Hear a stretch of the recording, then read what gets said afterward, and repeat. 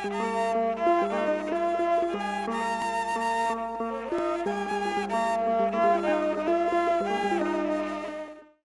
ወንጌል ምዕራፍ 23 ከቁጥር 42 ላይ ጌታችን ኢየሱስ ክርስቶስን በሁለት ወንበዴዎች መካከል ሰቀሉ ይላል እና ይህንን ባደረጉበት ሰዓት እንግዲህ በእውነት ብዙ ድንቅ ተአምር ይታይ ነበረ።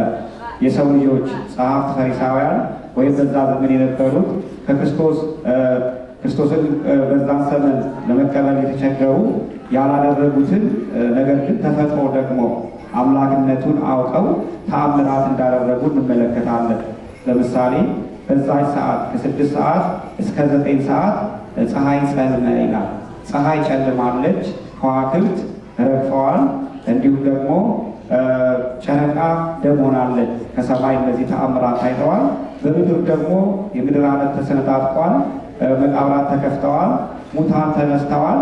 እንዲሁም ደግሞ የቤተ መቅደሱ መጋረጃ ከሁለት ተከፍሏል። ነገር ግን ይህንን ተአምር እንኳ አይተው ብዙዎቹ አላመኑበትም። ይሄ እንግዲህ ተደርጎ የማይታወቅ ነው። እንግዲህ በእኩለ ቀን ያውም ደግሞ በ6 ሰዓት በእኩለ ቀን እንዲህ ፀሐይ ስትጨልም ጨለማ ሲሆን ጨረቃም ከዋክብትም ተፈጥሯቸውን ሲቀይሩ ይሄ ነገር ምንድን ነው ያደረግነው ጥፋት አለ ብለው እንኳ አልተጸጸቱም። እንግዲህ ከጠዋት ጀምሮ እንግዲህ ሌሊት የመጣችሁ ካላችሁ ከመጀመሪያው ጀምሮ ስንጀምር ምንድነው ወጸልዮ ተማከሩ ሊቃነ ካህናት፣ ገና በሌሊቱ አምላካችን ክርስቶስን ወደ ፍርድ አደባባይ ለማቅረብ አይሁድ ይማከሩ ነበረ። ወጸልዮ ተማከሩ ሊቃነ ካህናት፣ በዛ ዘመን የነበሩ የአይሁድ ካህናት ሊቃነ ካህናት ጸሐፍት ፈሪሳውያን እንዴት አድርገው ወደ ፍርድ አደባባይ እንደሚያቆሙት እንደገና ደግሞ እሱን ለማስከሰስ በእሱ ላይ እንዲፈረድበት ለማድረግ ክሶቹን በዝርዝር ይዘው እንደው ምስክር ሁሉ አቅርበው ማለት ነው። የሚቀርበው ደግሞ የቀረቡትን ምስክሮች በእውነት እንደው ስንመለከተው እንደውም ለእሱ የሚያግዝ እሱን እንደው የሚመለከት ነበረ። ለምሳሌ 38 ዓመት ሙሉ የአልጋ ቁራኛ የደዌ ዳኛ ሆኖ የነበረው መጻጉዕ እሱን እንደ ምስክር አድርገው አቅርበውታል። እንግዲህ የእሱ መዳን ከ38 ዓመት በኋላ እንደው ያንን 38 ዓመት የኖረበትን አልጋ ትቶ መነሳቱ የሚያስደንቅ የሚያስመሰግን ሲሆን፣ ነገር ግን እነሱ ደግሞ የያዙት ነጥብ ምንድን ነው? የእሱን መዳን የእሱን ከዛ ከበሽታ መፈወስ ሳይሆን የእሱ በሰንበት ቀን እሱን ፈውሰዋል ብለው ያንን ክስ ለማቅረብ ማለት ነው። ሌላ ደግሞ እንደ ምስክር አድርገው ያቀረቡት ከአይሁድ መካከል ማለት ነው ጌታችን መድኃኒታችን መድኃኔዓለም ክርስቶስ አልዓዛርን ከሙታን ሲያስነሳ በወቅቱ የነበረ ያየ ሰው ነበረ እና ይህን ሰው እንደ ምስክር አድርገው አቀረቡት። ደግሞ አረጋዊ አባት ነው፣ ትልቅ ሰው ነው እና የዚህ ጊዜ የሐሰት ምስክር በእሱ ላይ ለማቆም ማለት ነው እና እሱ ቀረበ። አንተ አረጋዊ ትልቅ ሽማግሌ ነህና መቼም እንደማታዋሽ ይታወቃል አሉ። እነሱ ተነጋግረው ነው። ከዚህ በኋላ እስቲ ምስክር ስጥ ሲባል እኔ በቢታንያ አልዓዛር የተባለው ሰው ታሞ ሲሞት አውቃለሁ፣ እንደውም የገለጽኩትም እኔ ነኝ። ነገር ግን በአራተኛው ቀን በሰንበት ቀን እሱ መጥቶ አዳነው። እንግዲህ ማዳኑን አምኗል። ግን ደግሞ ያቺ ለፍርድ የምትሆነውና እሱ ለማካሰስ ግን እንደው ሰንበት የሚለውን ነገር ሊጠቀሰው እንደዚህ አድርገው ሌሎቹ ማለት ነው እና ጲላጦስ በጣም እጅግ ግራ ገብቶት ነበረ። ምክንያቱም ጌታችን መድኃኒታችን ኢየሱስ ክርስቶስን ወደ እሱ አቀረበው። ሲጠይቀው እንደዚህ ይለዋል፣ አንተ ንጉሥ ነው ወይ ይለዋል፣ አንተ አልክ ይለዋል። እሱ የመሰለው በገሊላ ወይም እንደነሱ ስልጣን ይዞ በሮማውያን ላይ የሚነግስ ነገር ግን እሱ አንተ አልክ፣ እኔ የዚህ ዓለም ንጉሥ አይደለሁም። በዚህ ዓለምማ ንጉሥ በሆን ኖሮ እኔም ወታደሮች ይኖሩኝ ነበረ። ነገር ግን የኔ ደግሞ አገልጋዮች በሰማይ ያሉ ናቸው። እኔ የዚህ ዓለም ንጉሥ ብቻ አይደለሁም ነበር ያለው። ምክንያቱም እሱ ንጉሠ ሰማይ ወምድር ነውና እግዚአብሔር ቅድመ ዓለም ንጉሥ ውእቱ እግዚአብሔር ንጉሥ ውእቱ ቅድመ ዓለም አምላካችን እግዚአብሔር ዓለም ከመፈጠሩ በፊት ዓለም ከተፈጠረ በኋላ አሁንም እስከ ዓለም ፍጻሜ ድረስ ከዛ በኋላ ንጉሥ ሆኖ የሚኖር ነው።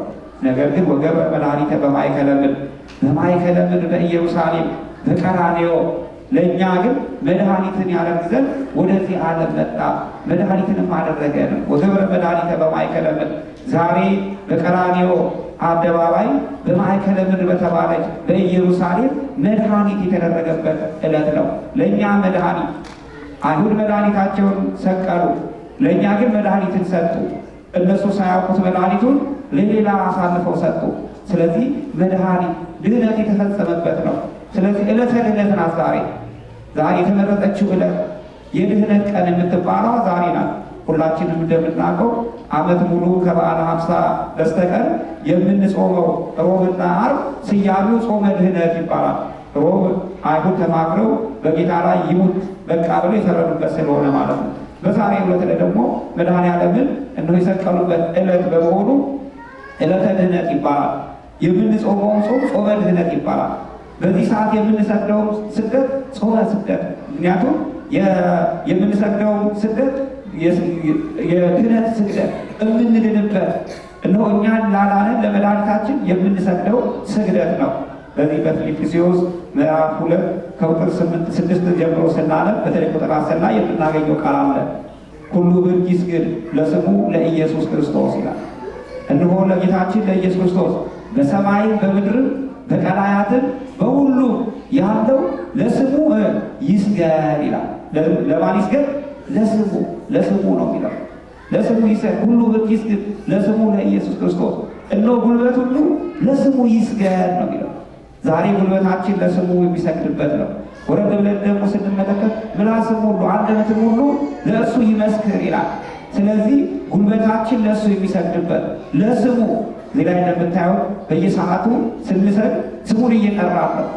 እብሮድን እያለን፣ ታዎስ እያለን፣ ማስያስ እያለን፣ ኢየሱስ እያለን፣ ክርስቶስ እያለን፣ አማኑኤል እያለን፣ ስሙጣ እያለን፣ ስሙን ነው ኪርያላይሶን እያለን እኖ ማረን እያለን ነው።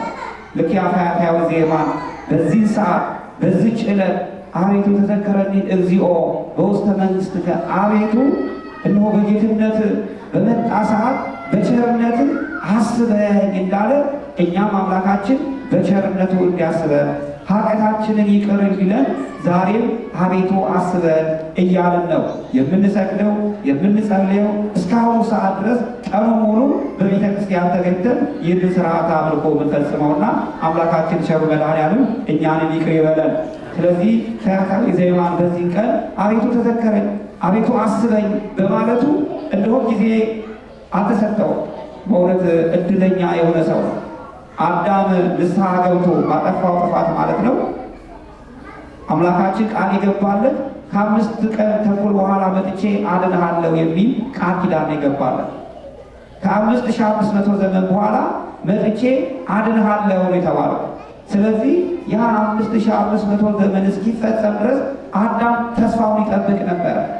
ለዚህ ነው ብዙ አበው ተነስተዋል ከአዳም ጀምሮ ማለት ነው። እነ ሄኖክ ተነስተዋል። እግዚአብሔር ግን ሄኖክ አካሄዱ ስላደረገ ወደ እግዚአብሔር ተመስጦ ሄዷል። እነ ኖህ ተነስተው ነበረ፣ እነ አብርሃም፣ እነ ይስሐቅ፣ እነ ያዕቆብ፣ ከዛም እነ ነቢያት እነ ሙሴ፣ ከዛም አበይት ደቂቅ ነቢያት፣ ሌሎቹ ነገስታት፣ መሳፍንት፣ ካህናት ሁሉም ተነስተው ነበረና በዛ በ5500 ዘመን ብዙ ታሪክ አልፏል። ነገር ግን የአዳም ተስፋ የተፈጸመው ያ ሁሉ ዘመን አልፎ ዘመነ አበው አልፎ ዘመነ መሳፍንት አልፎ ዘመነ ነገሥት አልፎ ዘመነ ካህናት አልፎ ዘመነ ክርስቶስ ሲጀምር ነው ያ ቃል ኪዳን የተፈጸመው ማለት ነው። ዛሬ በዚህ በግብረ ሕማማቱ የምናነበው ይህንን ሁሉ ለማስታወስ ነው። ኦሪቱ ይነበባል። በዘመኑ ኦሪት ያሉትን እንድናስባቸው እነሆ በነገሥታትም ውስጥ ካሉት ወይ በመሳፍንት ያሉት ለመጽሐፈ ሩትን እናነባለን። በዛ ዘመን የነበረውን እንድናስታውስ እነሆ ዘመነ ነቢያትን በማስታወስ የነቢያት ትንቢት በሙሉ ይነገራል። ምክንያቱም በትንቢቱ ያልተነገረ የለምና። በተለይም ነቢየ እግዚአብሔር ኢሳይያስ በትንቢተ ኢሳይያስ ምዕራፍ 53 ላይ እንደተናገረው ነሣ ደዌነ ወጾረ ሕማመነ፣ እነሆ ሕማማችን ተሸከመ፣ እነሆ የእኛን ቁስል እሱ ቆሰለ፣ በእሱ ቁስል እኛ ምን ሆንን ይላል፣ እኛ ተፈወስን። ስለዚህ አዳም ታሞ ነበረ። አዳምን ከመከራ ለማዳን አምላካችን ይህንን መከራ መቀበል ነበረበት። የአዳም እግሮች ኃጢአትን ለመስራት በገነት ወደ ዕፀ በለስ ሄደው ነበርና አምላካችን ያንን ለመካስ እነሆ እግሮቹን በቅንዋተ መስቀል ቅንዋተ መስቀልን የምናስብበት ነው። ሳዶር፣ አላዶር፣ ዴናት፣ አዶር፣ ሮዳስ የተባሉ 5 ቅንዋተ መስቀል አሉ። በእነዚህ ቅንዋተ መስቀል የተቸነከረበት በእነዚህ ችካሮች ለእኛ ሲል ማለት ነው እግሩን፣ እጁን።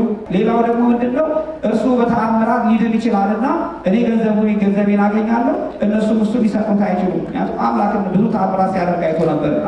ነገር ግን ያ ሁሉ አልሆነም እና በመጨረሻ አሟሟቱ እንኳ የማይሆን ነው የሆነው ማለት ነው። እና ስለዚህ የሰው ልጅ መጀመሪያ ክፉ ነገር ከማድረጉ በፊት ራሱን ሊጠብቅ ይገባል ማለት ነው። እና ይሁዳ ምልክት ተሰጥቶ ተነግሮ ያ ሁሉ ስላሰማ በመጨረሻ ግን ለንስሐ እንኳ ጊዜ አላገኘም ማለት ነው።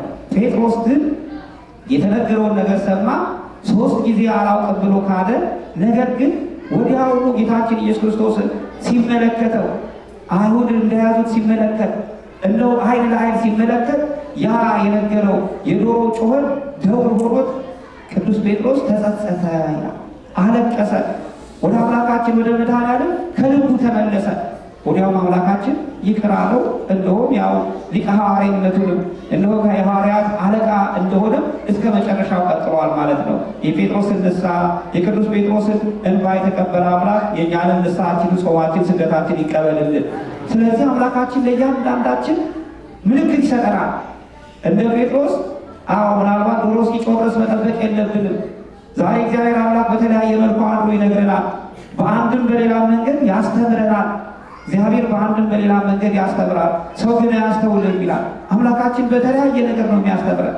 ያንን ፈያታዊ እኮ ያስተማረው ፀሐይ አጨልሞ ከዋክብትም እንዲረፉ አድርጎ እንደገና ደግሞ በምድር ላይ ደግሞ ያሉት መሬቱ ተሰንጥቆ መቃብራት ተከፍተው እነዚህ ሁሉ 7 ተአምራት ሲደረግ ያንን አይቶ በቃ እውነተኛ አምላክ ነው ብሎ አምኖ ወዲያው ንስሐ ስለገባ ነው።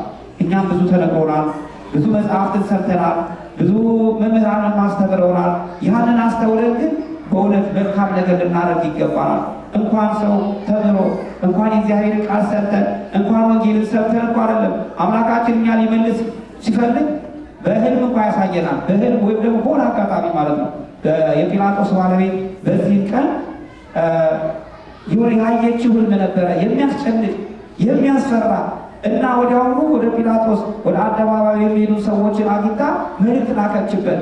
እባክህ በዚህ ክርስቶስ በተባለው ላይ አንዳች ክፉ ነገር እንዳታደርግ፣ ዛሬ በህልሜ ያየሁት ብዙ ነገር አለና ሲጨነቅ ነው ያደርኩትና እባክህን አታደርግ ብላ እሷ መክራለች።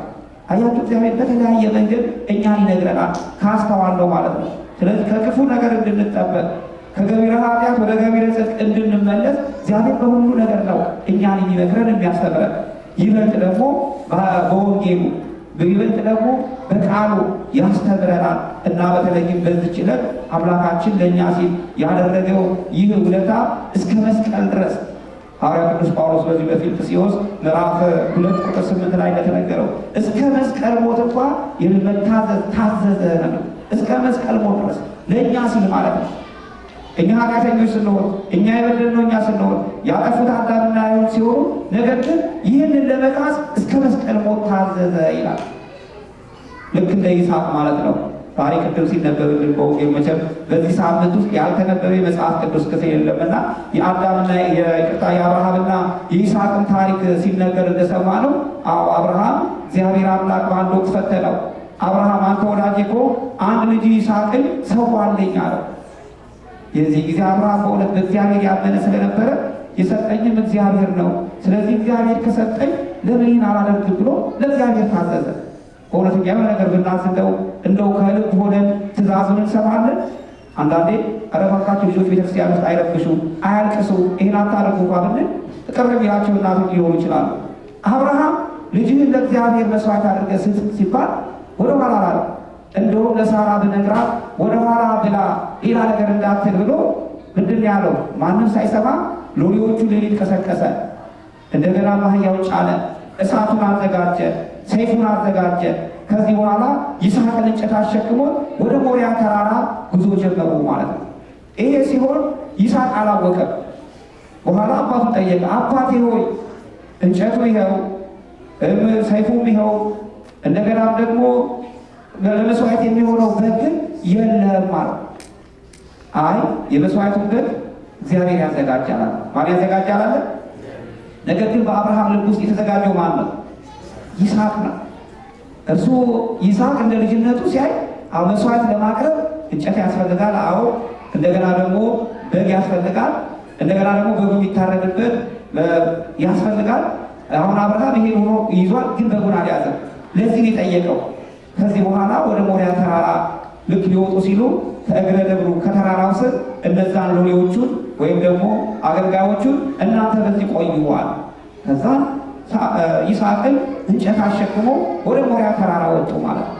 ሞሪያ ተራራ ላይ ሲደርሱ እግዚአብሔር እንዳዘዘው እንጨቱን አዘጋጀ፣ ድንጋይ አዘጋጀ፣ እሳቱን አነደደ፣ ሁሉን ነገር አዘጋጀ። አሁንም ይስሐቅ ቢያይ ምንም ነገር የለም መስዋዕት የሚሆን።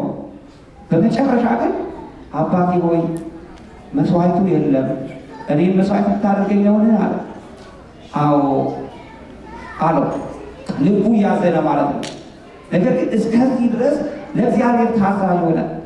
በመጨረሻም እግዚአብሔር አምላክ ልክ አብርሃም ይህንን ሁሉ ነገር አዘጋጅቶ ይስሐቅን እንደ በግ መስዋዕት አድርጎ እግዚአብሔርን ለማስደሰት መስዋዕት አድርጎ ሊያቀርበው ሲል ወዲያውኑ የእግዚአብሔር ድምፅ ተሰማ።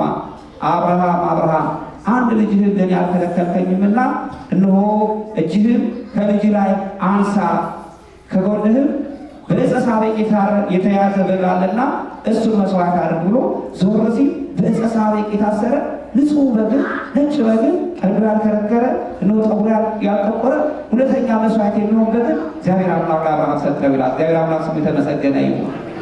አብርሃም እንደዚህ አድርጎ መስዋዕት ለማቅረብ የሰው ልጅ ኃጢአቱን ይቅር ይባል ዘንድ እስከዚህ ድረስ ነበረ ማለት ነው።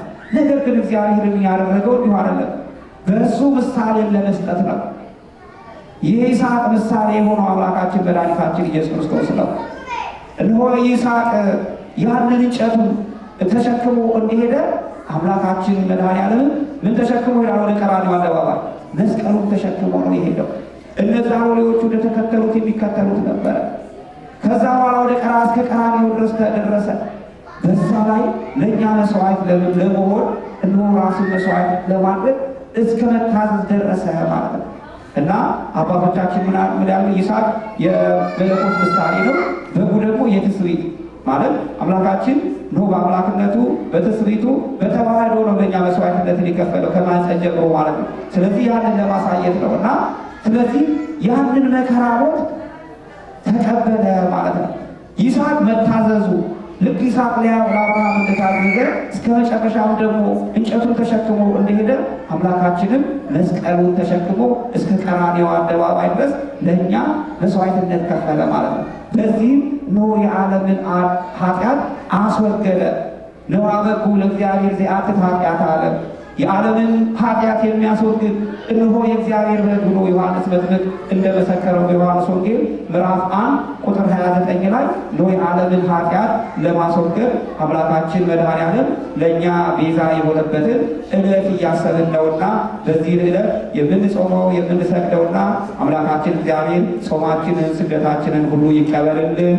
ቸሩ መድኃኒዓለም ለእኛ ሲል መስዋዕትነትን ከፍሎ እነሆ ቅዱስ ሥጋውን ክቡር ደሙን አፍስሶ ያደረገውን መስዋዕትነት አስበን እኛም በንስሐ ሕይወት እንድንመላለስ የአምላካችን የልዑል እግዚአብሔር ቅዱስ ፈቃድ ይሆንልን። እነሆ በመስቀሉ ስር ደግሞ አደራ ብሎ የሰጣት እናታችን እመቤታችን ቅድስት ድንግል ማርያም በአማላጅነቷ ከእኛ ጋር ትሁን። እነሆ ዮሐንስን ሐዘኑን መከራውን ያየ የተቀበለ አምላካችን የእኛንም ስግደታችን፣ ጸሎታችን፣ ልመናችን ሁሉ ይቀበልልን። ለእነሆ ፈያታዊ ዘየማንን እነሆ ዛሬ በገነት ትኖራለህ ብሎ በምህረት በይቅርታ የጎበኘ አምላክ እኛንም ኃጢአታችንን በደላችን ሁሉ ይቅር ብሎ ወደ ገነት ወደ መንግሥተ ሰማያት እንድንበቃ የእሱ ቅዱስ ፈቃድ ይሁንልን። ወስብሐት ለእግዚአብሔር።